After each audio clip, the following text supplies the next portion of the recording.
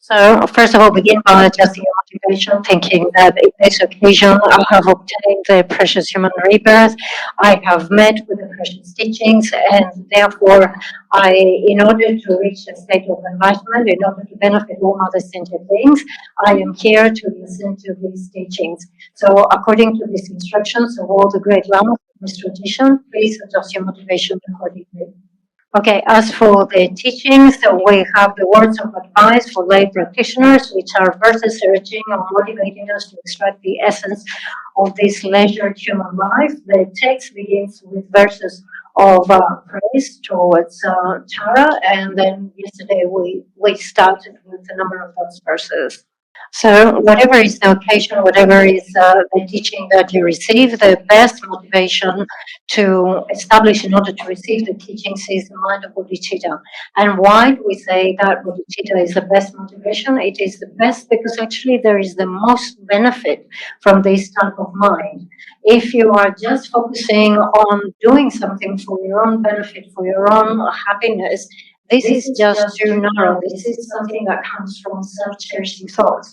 Therefore, instead of that, consider how all sentient beings are extremely kind to you. They have been kind to you when they acted as a mother to you. They have been kind to you in other occasions when they were not a mother to you. And all those sentient beings who are extremely kind to you, what is it that they wish? What is it that they want?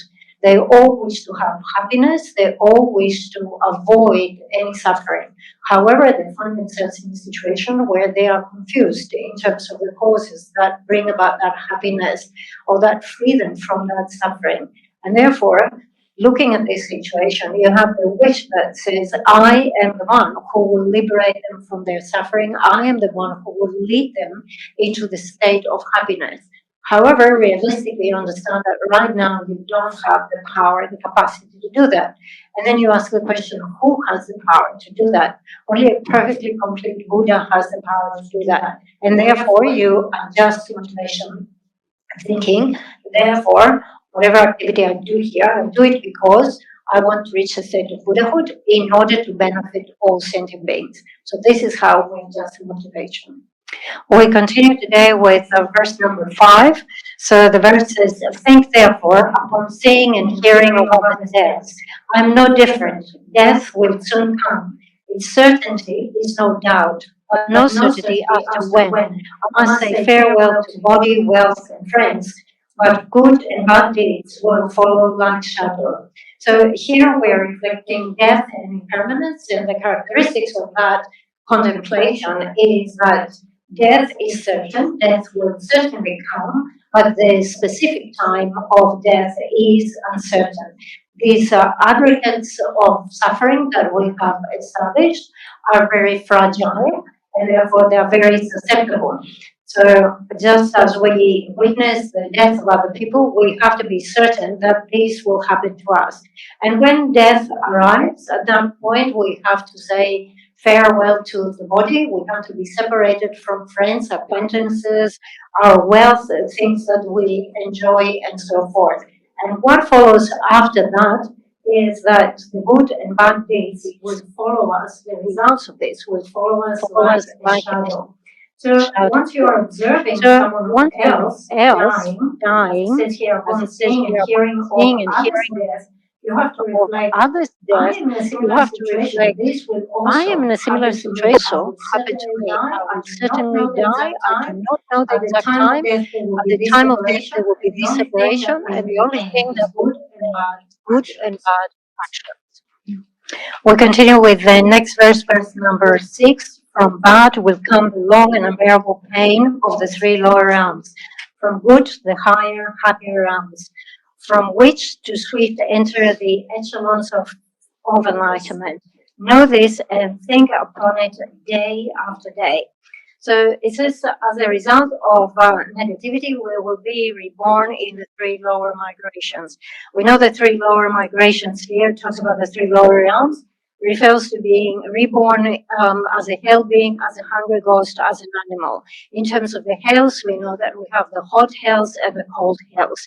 In the hot hells, the experience that you have is that the entire environment around you, like the mountains, the ground, everything is ablaze. So you find yourself amidst this incredible heat of intense blazing fires. So consider yourself, if I were to be reborn there, would I be able to tolerate this? Would I survive this? How would it be? The alternative is the cold hills, and in the cold hills is the opposite, extreme cold, everything freezing. The environment around you is ice, everything completely frozen. So imagine finding yourself reborn there.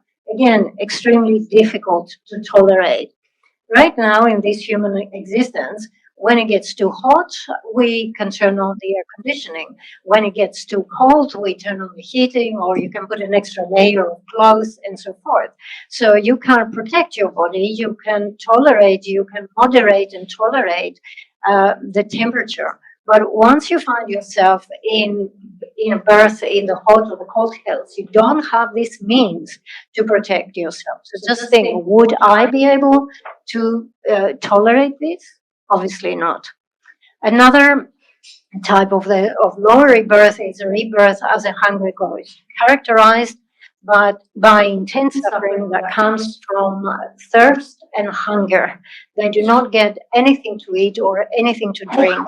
And even if they perceive a body of water, just having the thought, oh, I could drink this water, this immediately causes the water to dry up. So again, they're left without anything to drink.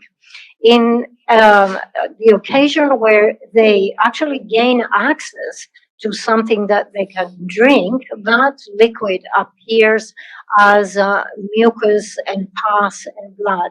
So how could that be an enjoyable experience to drink something like this? And then we talk about the animals. We have direct perception of the animals. We share the environment with them, and we know how animals are killed for their flesh, for their skin, they are exploited. So again, an incredible amount of suffering. So as we say, from that will come the long and unbearable pain of the three lower realms. We would not be able to tolerate any of the amount of suffering in any of these types of migrations. On the other hand, it says from good comes the higher and happier realms. So this refers to be reborn as a god or a human. And having established this type of rebirth, it says, from which you swiftly enter the echelons of enlightenment, means you have the means to obtain enlightenment. Therefore, it says, know this and think upon it day after day. Once you consider the incredible suffering that comes with the three lower realms, we sincerely go for refuge to the Lama and the three jewels. So when it says know this and think of it, it refers to properly going for refuge. So we continue with the next verse, verse number 7. With such thoughts, make efforts in refuge. Live as best as you can in the 5 long vows praised by Buddha as the basis of lay life. Take sometimes the 8 day-long vows and guard them dearly. So having considered all the suffering that comes with the lower migrations, as we say, the next thing that comes to mind is to probably go for refuge to the 3 jewels, the Buddha jewel, the Dharma jewel, and the Sangha jewel.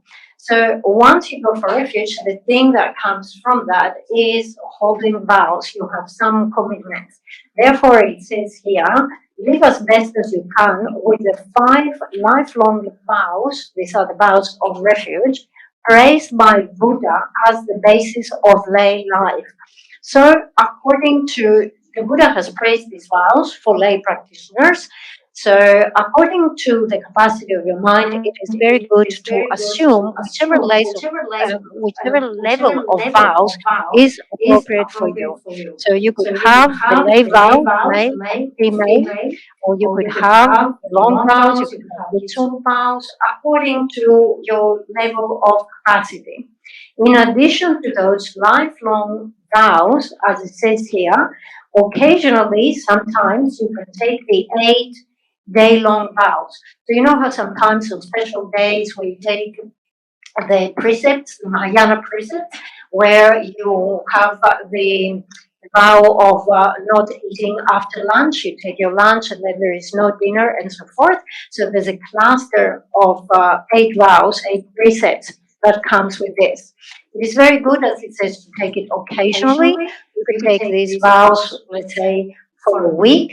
You could take the vows for a month. Or you could take the vows on special days every month, like the full moon, the 15th of the Tibetan calendar. And when you take those vows, it is very important to understand the benefits, but also the danger that comes with holding the vows. On those special days that you have taken the vows, every small virtuous action that you do, you recite a little bit of money mantras, for example, is multiplied by hundreds of thousands of times. Similarly, if you commit a mistake, if you create negativity, that negativity is also multiplied. Therefore, knowing very well the shortcomings and also the benefits of properly holding these vows, as it says here, guard them dearly. They were praised by the Buddha as being the foundation of the lay practitioner. We'll continue with the next verse, verse number 8. Drunkenness, particularly, is the root of the world, held in contempt by the wise. Therefore, my fine-featured ones, it is good to turn from some such despised behavior. So it singles out drinking and becoming intoxicated, and it says this is the ruin of the world. And for that reason, because it brings this ruination, it says it's held in contempt by the wise. So obviously it says those who know things, those who understand things, have very low opinion about drinking and drunkenness. And therefore, it says, my fine-featured ones. So this way of addressing fine-featured ones is like saying, my Dharma friends. Therefore, my good friends, my Dharma friends, it is good to completely turn away from such despised behavior. Once again, we have the word despised behavior, indicating how it is not held in esteem at all. It's something which is despised. Because it is despised and it ruins you, it's very good to completely turn away from this. We'll continue with the next verse, number 9. If what you do brings on suffering eventually, though it may appear in the moment as happiness, then do not do it. After all, food beautifully cooked but mixed with poison is left untouched, isn't it? So it says here that many times we engage in negativity, and it's somehow we justify it because we think that for the time being, immediately it appears to bring pleasure or happiness, to be something which is rewarding, isn't it? However, in the long run, this is something that will bring about suffering. So it says, understand this correctly. And if this is the case, then this is a type of activity that you have to stop doing it. And then it comes up in the second part of the verse with the example. And it says, after all, if you have some food that is very, very tasty, very well cooked, very well prepared, but if it is mixed with poison, this is something we avoid, isn't it? You know that if you eat poisoned food, even though it might be tasty, the result of this is that you will die, right? And therefore it says, knowing this, you leave it untouched. You see that this sentence finishes with a rhetorical question like, isn't this the case? Indicating that, yes, this is the case. Nobody will touch poisoned food. In the next verse, verse number 10, to the 3 jewels make prayers and offerings each day. Work hard to be wholesome, confess previous wrongs, strengthen your vows again and again, dedicating all merit for enlightenment. So it indicates here that we should make a lot of effort to engage in virtuous activities, so prayers, offerings, and so forth. Do it every day with joy, with enthusiasm for that which is virtuous and wholesome. It also says confess here previous wrongs. So whatever negativity is there, please recognize it, confess it, and then have the restraining mind that says from now on in the future, I will not engage in this behavior. Continue to strengthen your vows again and again. And at the end, dedicate all merit that comes from this, the merit that comes from engaging in virtue, the merit that comes from restraining negativity. Dedicate all this to become the cause for your enlightenment for the sake of all sentient beings. So at the end, emphasis on dedication.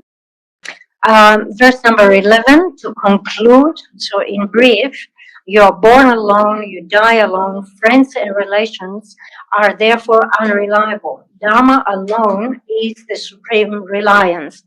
So in brief, you have to consider that when you're born alone. When you die alone.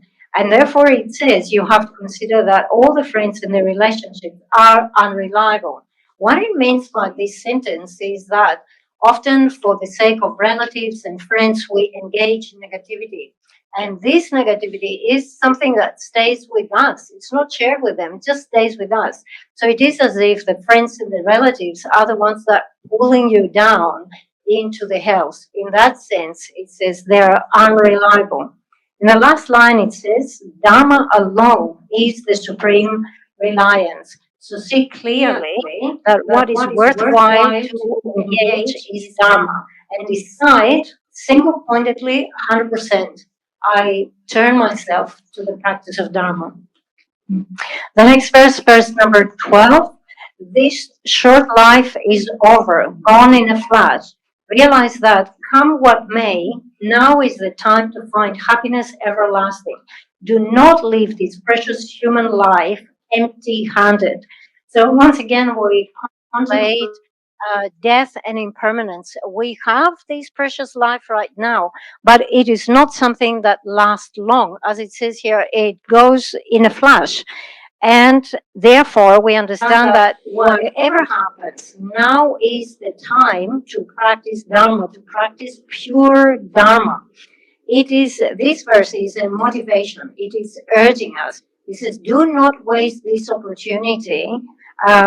Do not leave this precious human rebirth empty-handed. Make something out of it. So, as it says here, do not leave this precious human life empty-handed. We say that this is a verse to motivate us, to get us to the point to understand that in this occasion, right now, I have established this precious human rebirth. I can do something really meaningful. I can establish a lot of virtue. In other words, I can extract the essence of this life. It is important that we make the commitment, right? It's almost like you make the promise, you make the vow, and you say, now that I've got it, I'm not going to leave this empty-handed. I will definitely do something which is meaningful. Today, I will listen to the Dharma. Today, I will practice the Dharma. Today, I will make the effort to reach the state of enlightenment for the sake of sentient beings. This is what is meaningful. This is what it means. I will not live this life empty-handed. So it's a commitment from our side that this is what we do. We come to verse number 13, where it says, by the virtue of this advice, may living beings turn from the bustle of this life, whose happiness is never enough, whose suffering never runs out, to live instead by the great joy of Dharma. We come here to the dedication. So it says here, by the virtue of this advice, because it's talking about the virtue of having given the advice on the previous verses. So it says, through this, the virtue of this, may I stop being preoccupied about this life. May I start paying attention about the future lives, because this is the future life is really critical. If I fall in any one of the lower migrations, this is the end of me. This will be a total ruination. So I want to make sure that I do not end there. Instead, I want to make sure that I practice the pure Dharma. And I don't wish this only for myself, but I also wish it for all living beings. So everybody will have this experience and enjoy the pure Dharma. So in brief, what we are discussing here is to be able to have leisure. We give the list of 8 leisures. When we use the term leisure here, it indicates that you have freedom.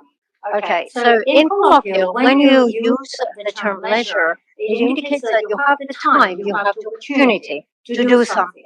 So, for example, a friend might come and say, "Oh, can you please help me? Can you do this job?" And your response might be, "I'm sorry, I'm too busy today. I don't have the leisure to do these extra tasks that you're asking me to do." So leisure here means that you are in a situation where you are free from 8 oppressive conditions that otherwise would not allow you to engage in the practice of Dharma. Those 8 include some states that are non-human states, and some have to do with human existence. So, for example, the ones that have to do with a lack of leisure with respect to non-human state, to non-human existence, is to be reborn as a helping, to be reborn as a hungry ghost, to be reborn as an animal, to be reborn as a long life god. Okay, we have talked about the 3 lower migrations. With the long life god, these types of deities have extremely long lives. However, they lack discrimination. They're only aware at the very beginning of the life, I'm born now, and again become aware at the very end of the life when the life is ending, saying, I'm dying now. But in between all those very long years, they are not alert, they're not aware. So definitely a lack of opportunity here. Then we have a lack of leisure that is relevant to be reborn as a human. So, for example, you could be reborn as a human, but be reborn, as it says here, as a barbarian in a faraway land. So this faraway land, or remote land, is a place where the Buddhist teachings have not reached. So you've never hear about Dharma, right? It has never reached your ears. Another thing is that you might have wrong views, or that you might have deficiencies. So, for example, your senses might not be working.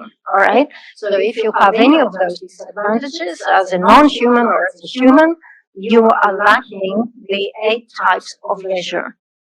So we talk about having a life that is characterized by the 8 leisures.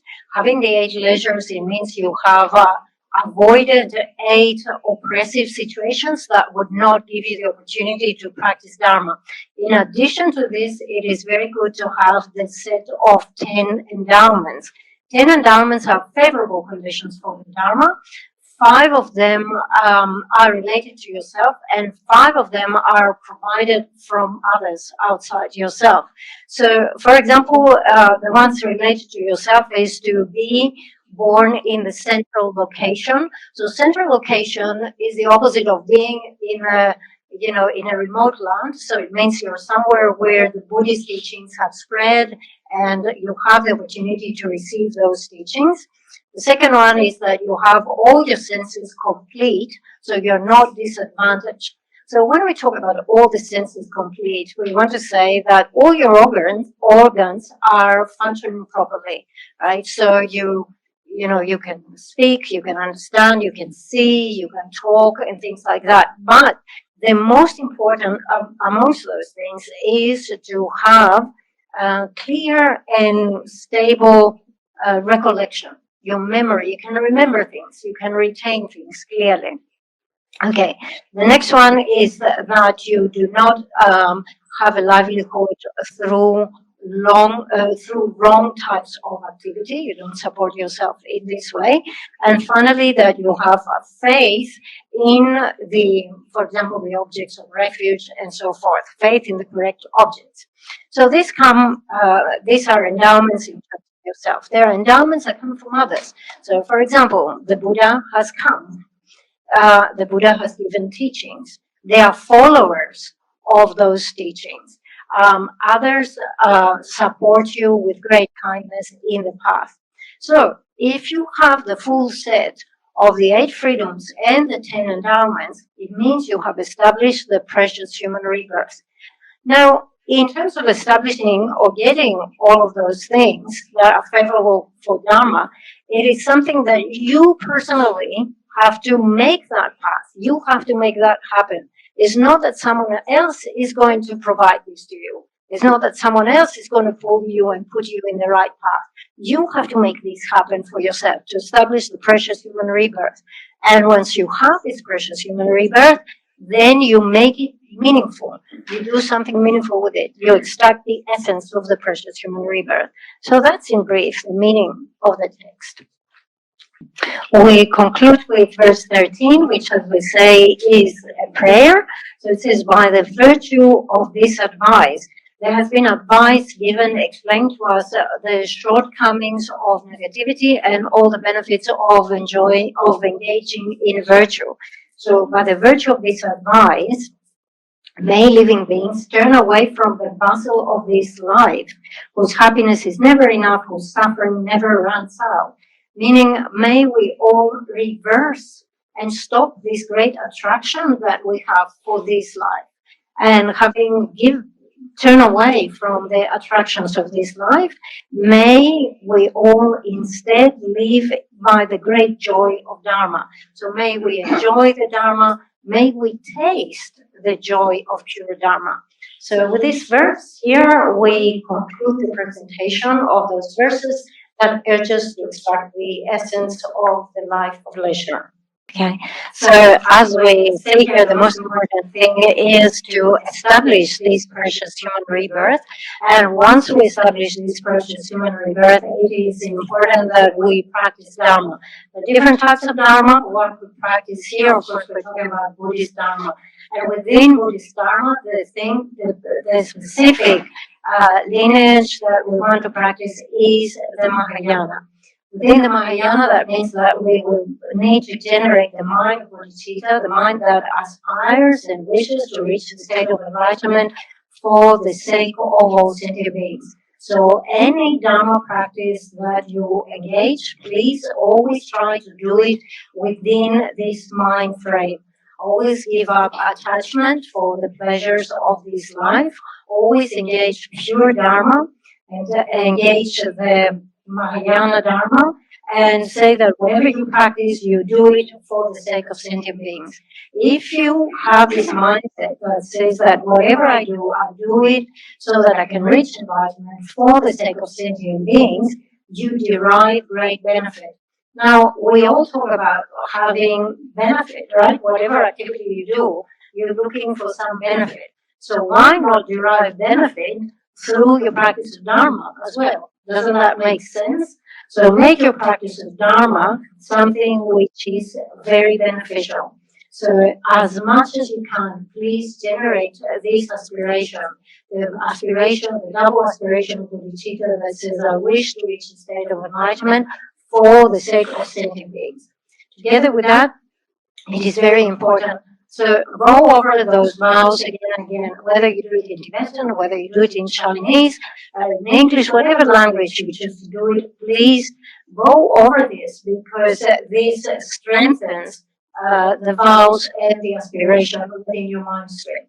The other thing is that we mentioned today is that it's very good to take vows and precepts on special occasions. We know that in the Tibetan calendar we have two special days, the 15th and the 8th of the month, and these are special days. So once you understand the benefit of practicing on these days, you will want to take the vows on these days because in this way, even if you recite Om Mani Padme Hum one time, virtue multiplies 100 times. So you did one recitation of money, it accounts to 100. Similarly, as we say, negativity multiplies. So if you kill one insect on those special days where you are on precepts, then this equals to having killed 100 insects. So that means we should not be negligent at all, thinking, oh, it was a small thing that I killed the insect, or it's a small thing just to recite one Mani Padme Hum. Because if it is multiplied, then it is crucial that you either you practice it or you avoid it. So don't ignore it. On those special times, please practice as much as you can. Know the difference that we have this multiplication and therefore the great benefit on these days. and practice pure Dharma as much as you can on these days. So Rinpoche is saying, I'm urging you to please act in this way, practice in this way.